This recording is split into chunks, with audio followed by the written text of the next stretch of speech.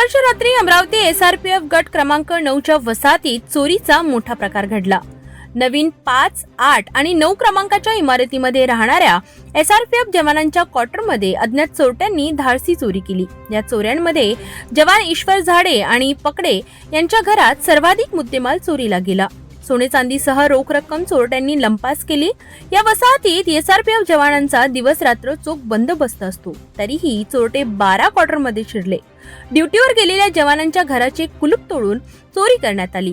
आश्चर्याची बाब म्हणजे काही घरात कुटुंबीय झोपलेले असतानाही चोरी झाली। 5 क्रमांकाच्या क्वार्टरमध्ये नवीन भरती झालेले जवान राहत असल्याने चोरट्यांना काहीही मिळाले नाही।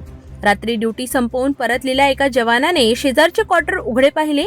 त्यानंतर वरिष्ठ अधिकाऱ्यांना माहिती देऊन सर्व 12 क्वार्टरची पाहणी करण्यात आली। घरातील कपाटे उघडून साहित्य अस्ताव्यस्त फेकले होते। त्यामध्ये मोठ्या चोरीचा अंदाज आला।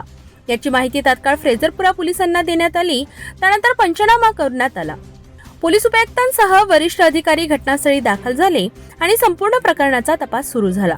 राज्यातील नक्षल प्रभावित भागात सेवा देणारे एसआरपीएफ जवान राज्यात दंगा नियंत्रणासाठी सज्ज असतात, मात्र त्याच्या कुटुंबाचीच सुरक्षा धोक्यात असल्याची ही घटना दाखवते आहे।